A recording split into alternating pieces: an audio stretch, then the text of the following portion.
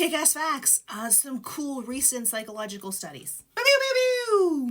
New research reveals that adherence to traditional gender roles in a marriage is associated with a decrease in sexual desire, but an increase in the frequency of sexual activities. You don't want to, but you do anyway because you think it's the right thing to do. Long story short, short story long, let's go.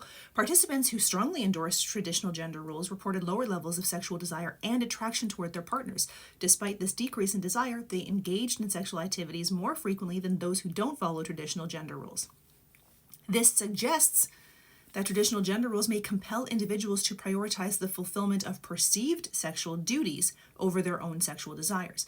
While both men and women with a high support for traditional gender roles, I'm just going to say TGR, that's a lot of fucking syllables, reported lower sexual desire, the impact on the frequency of sexual activities differed between genders. For men, their own sexual desire had a stronger association with the frequency of sexual activities, whereas for women, their perceived sexual desire of their partner played more of a significant role. This finding underscores the pressure women might feel to accommodate their partner's desires, potentially at the expense of their own. Social anxiety might be transmissible through gut microbiota. A study conducted in Sweden discovered that transplanting the gut microbiota from individuals with social anxiety disorder into mice made the mice more sensitive to social fear. While the mice maintained normal behavior in a variety of other non-social behavioral tests, research identified several biochemical changes. A recent study has shown the gut microbiota composition of individuals suffering from social anxiety disorder differs than that of healthy individuals. However, it remains unknown whether the differences might be caused by the disorder or the disorder is caused by the differences. Chicken and the egg shit. A study found that women in polygamous marriages scored higher on the Brief Symptom Inventory 18, BSI 18, reflecting greater psychological distress, including increased levels of anxiety and depression. This aligns with previous research indicating that polygamous marriages can be associated with low self-esteem and higher mental health challenges for women. Notably, first wives in polygamous unions showed the highest levels of anxiety and depression, which could be attributed to the first wife syndrome, reflecting the emotional and psychological impact of sharing a husband with other wives. The study also explored the socio-demographic factors, revealing that lower education levels among women and higher income levels among men were associated with a higher likelihood of being in a polygamous marriage.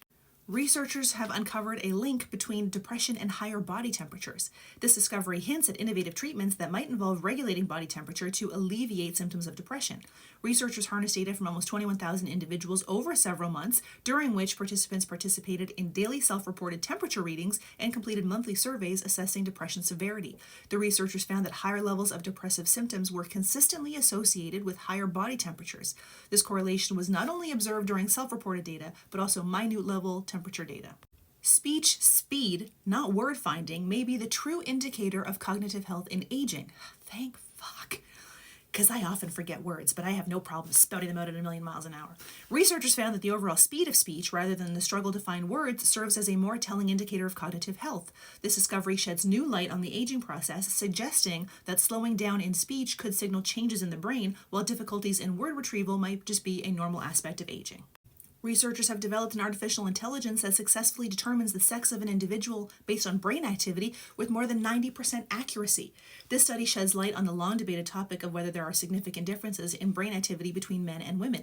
Previous research has hinted at sex playing a pivotal role in various stages of brain development, from early formation into adolescence and aging. There is a notable disparity in prevalence and manifestation of neuropsychiatric conditions between the sexes. For instance, women are more susceptible to depression, anxiety, and eating disorders, while men are more likely to develop autism, ADHD, and schizophrenia. The analysis highlighted significant differences in the striatum and the limbic networks, which are involved in reward sensitivity, reinforcement learning, and emotional regulation.